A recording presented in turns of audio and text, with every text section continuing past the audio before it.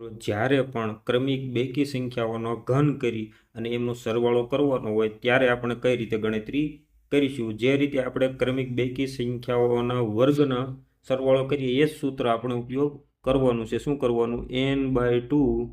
n/2 વત્તા 1।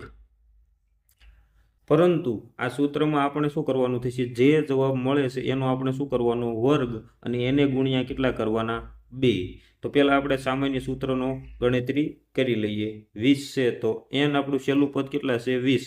તો 20/2 વત્તા 1 એનો શું કરવાનો છે આપણે? વર્ગ ગુણ્યા 2। 10 દુ 20, 10 ને 1 11, એટલે કે 10 ગુણ્યા 11 એનો વર્ગ ગુણ્યા 2। 10 ગુણ્યા 11 કરીએ તો કેટલા થશે? 110 એનો વર્ગ ગુણ્યા 2।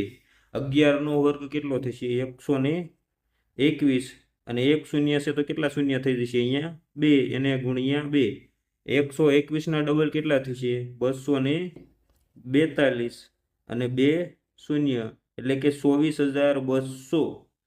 2 થી લઈને 20 સુધીની ક્રમિક બેકી સંખ્યાઓનો ઘન કરી અને એનો સરવાળો કરવામાં આવે તો આપણને મૂલ્ય કેટલું મળશે? 24,200।